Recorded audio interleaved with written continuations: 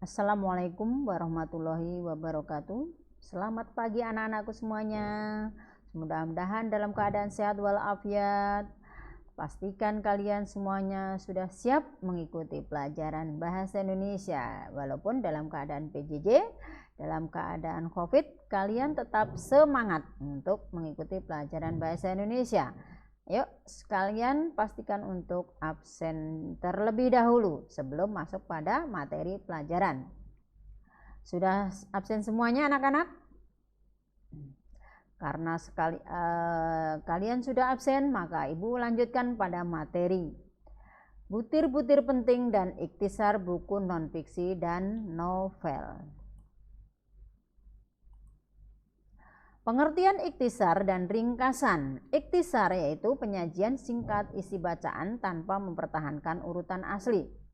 Ringkasan penyajian singkat isi bacaan yang disusun berdasarkan urutan pokok pikiran. Jadi bedanya ringkasan itu yang jelas setelah membaca itu menulis. Nah, tetapi kalau di ringkasan harus urut. Tidak boleh lompat-lompat.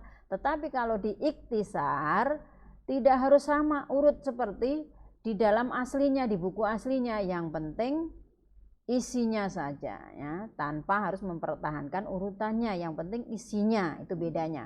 Kalau ikhtisar itu yang penting isinya, kalau ringkasan harus urut dan dari pokok pikirannya. Ciri-ciri ikhtisar dan ringkasan. Ikhtisar cirinya tidak mempertahankan urutan gagasan, bebas mengkombinasikan kata-kata dengan syarat tidak menyimpang dari inti. Tujuannya untuk mengambil intinya. Ringkasan mempersingkat suatu bacaan, terdapat inti sari bacaan, bentuknya lebih pendek atau lebih ringkas, struktur wacananya tetap. Tujuan ikhtisar dan ringkasan. Tujuannya apa dalam ikhtisar? Yaitu ikhtisar dibuat untuk ditempatkan pada awal artikel sebagai penjelasannya. 2. Merupakan bagian yang sangat penting sesudah kesimpulan dan rekomendasi. Kalau ringkasan, tujuan ringkasan adalah membantu seseorang memahami dan mengetahui isi buku atau karangan. Dengan membuat ringkasan, seseorang dibimbing dan dituntun untuk membaca karangan asli dengan cermat dan menuliskan kembali dengan tepat. Jadi kalau ringkasan, kalian sering lihat ada buku lalu ada ringkasan materinya. Nah, di situ si pembaca diajak, dituntun ya, di situ membaca karangan aslinya lebih cepat. Kebahasaan ikhtisar dan ringkasan. Bagaimana bahasanya? Kalimatnya efektif. Kalimat efektif itu suatu kalimat tidak ada pemborosan kata serta tidak ambigu, tidak menimbulkan makna ganda. Kalimat majemuk. Kalimat majemuk itu suatu kalimat yang mempunyai dua klausa dan memiliki kata penghubung. Jelas ada dua klausa. Kalau dua klausa berarti ada kata penghubungnya. Satu klausa itu bisa terdiri dari subjek predikat, bisa subjek predikat objek keterangan, atau hanya subjek predikat. Yang jelas intinya ada dua klausa. Kalau ada dua klausa berarti ada dua subjek, dua predikat. Nah, itu memiliki kata penghubung. Koheren. Koheren itu suatu kalimat yang saling berkaitan antara kalimat satu dengan yang lainnya, sehingga dalam satu paragraf lalu menjadi satu wacana itu lengkap isinya, menyambung antara paragraf 1, kedua, ketiga dan selanjutnya ada hubungannya, nyambung. Contoh menentukan butir-butir penting dalam paragraf kutipan buku non-fiksi. Menurut kedokteran modern, kanker disebabkan oleh perubahan genetik sel-sel tubuh manusia berkaitan dengan faktor keturunan, lingkungan, dan makanan yang dikonsumsi oleh manusia. Akan tetapi, menurut pendapat pakar TCM, penyebab kanker adalah toksin yang tidak bisa dikeluarkan oleh tubuh dan menjadi zat racun. Akibatnya, aliran energi dan darah tidak lancar sehingga lambat laun menjadi benjolan. Pokok pikiran penyebab utama terjadinya kanker. Nah, pokok pikiran karena pokok pikiran ini intinya. Ringkasannya, penyebab kanker adalah faktor keturunan, lingkungan, makanan, dan toksin. Iktisarnya, nih bedanya. Kanker disebabkan oleh faktor keturunan, lingkungan, makanan, dan toksin. Nah, di sini hanya intinya saja yang ditanya kalau di iktisar. Menyusun iktisar buku non-fiksi dan novel. Membaca bukunya dulu, jelas. Kalau seseorang mau menyusun iktisar, pasti membaca buku. Bacalah buku dengan saksama atau membaca dengan intensif, jika perlu berkali-kali. 2. Menentukan pokok pikiran.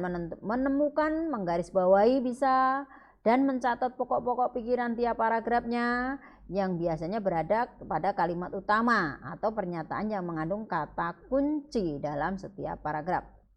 Yang ketiga, menyusun pokok pikiran. Apabila dibuat ringkasan, susunlah pokok-pokok pikiran tersebut secara berurut menjadi paragraf yang singkat.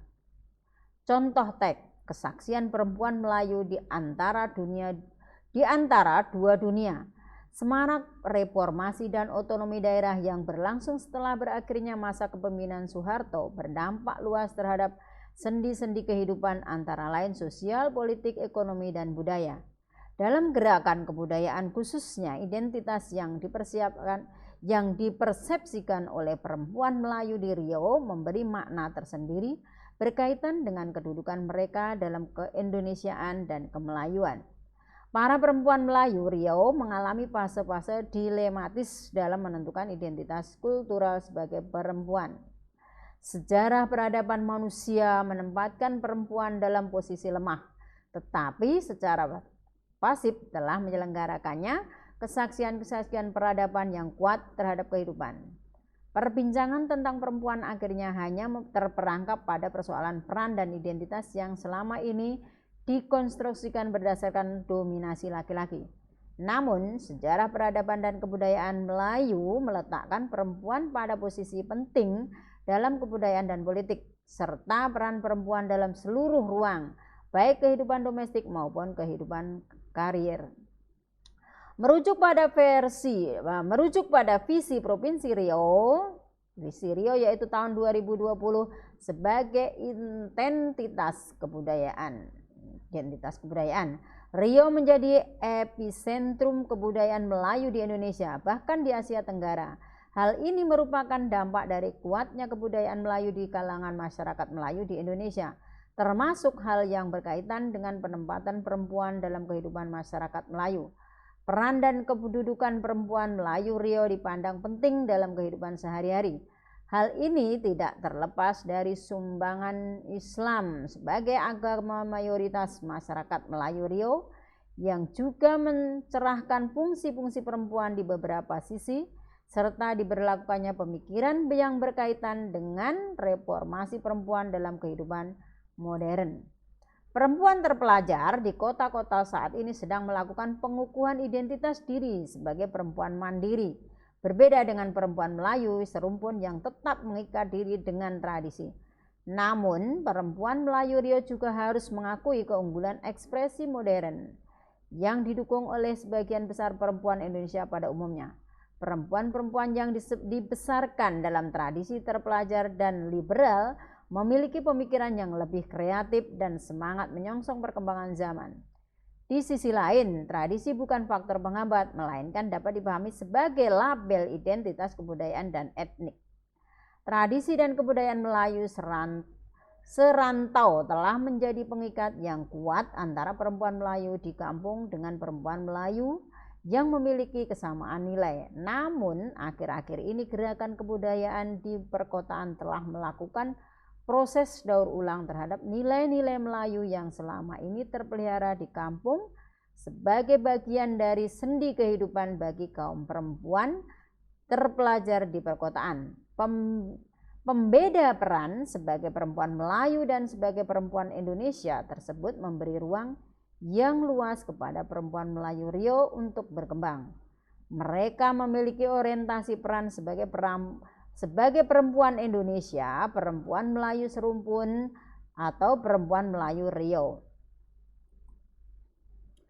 Butir-butir penting teks. Nah, tadi sudah dibacakan ada beberapa paragraf, maka ini adalah intinya. Nah, paragraf 1 pokok pikirannya itu dampak reformasi. Dampak reformasi dan otonomi daerah pada berbagai sendi kehidupan termasuk kebudayaan yang memengaruhi persepsi identitas kultur perempuan Melayu Riau. Paragraf 2 intinya peradaban dan kebudayaan mempengaruhi penempatan perempuan dalam posisi lemah, tetapi juga memiliki peran penting dalam kehidupan, salah satunya pada budaya Melayu. Yang ketiga, Riau sebagai epicentrum kebudayaan Melayu merupakan dampak pandangan budaya Melayu terhadap penempatan posisi penting perempuan yang juga dipengaruhi oleh agama Islam sebagai agama mayoritas masyarakat Melayu Riau. Yang keempat, paragraf 4, pandangan perempuan Melayu Riau terhadap perempuan yang hidup dalam tradisi terpelajar dan liberal serta kaitannya dengan tradisi sebagai label identitas kebudayaan dan etnik. Paragraf kelima, akulturasi nilai-nilai budaya dan tradisi Melayu di kampung dijadikan bagian dari sendi kehidupan perempuan terpelajar di perkotaan sehingga menciptakan 3 orientasi peran perempuan Melayu dalam kehidupan. Ini adalah ringkasannya. Reformasi dan otonomi berdampak terhadap kehidupan sosial, politik, ekonomi, dan kebudayaan, termasuk gerakan kebudayaan perempuan Melayu Riau yang memberi makna tentang keindonesiaan dan kemelayuan. Peradaban dan kebudayaan Melayu meletakkan perempuan pada posisi penting.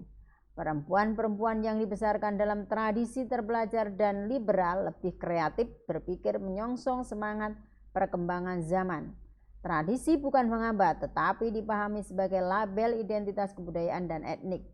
Nilai-nilai tradisi Melayu di kampung-kampung dijadikan sendi kehidupan perempuan terpelajar di kota. Iktisarnya, nah kalau iktisar intinya saja, jadi tidak perlu diurut. Gerakan kebudayaan perempuan Melayu Riau memberi makna tentang keindonesiaan dan kemelayuan. Peradaban dan kebudayaan Melayu menempatkan perempuan pada posisi penting, sementara nilai tradisi dan dipahami sebagai identitas dan sendi kehidupan. Saya kira cukup. Jadi tadi sudah dijelaskan, yaitu mengidentifikasi, melihat ya butir-butir penting dalam membaca sebuah buku non fiksi dan sebuah buku novel sama, yaitu membuat sebuah ringkasan, mau buku non fiksi atau ilmu pengetahuan dan buku novel, cara membuat ringkasannya. Kalau di dalam buku ilmu pengetahuan berarti tiap paragraf atau mungkin tiap bab, tetapi kalau di novel membaca seluruhnya baru intinya. Saya kira cukup, anak-anak bisa praktik membaca buku non fiksi boleh, novel boleh, lalu membuat sebuah ringkasan atau membuat iktisarnya. Yang satu non fiksinya membuat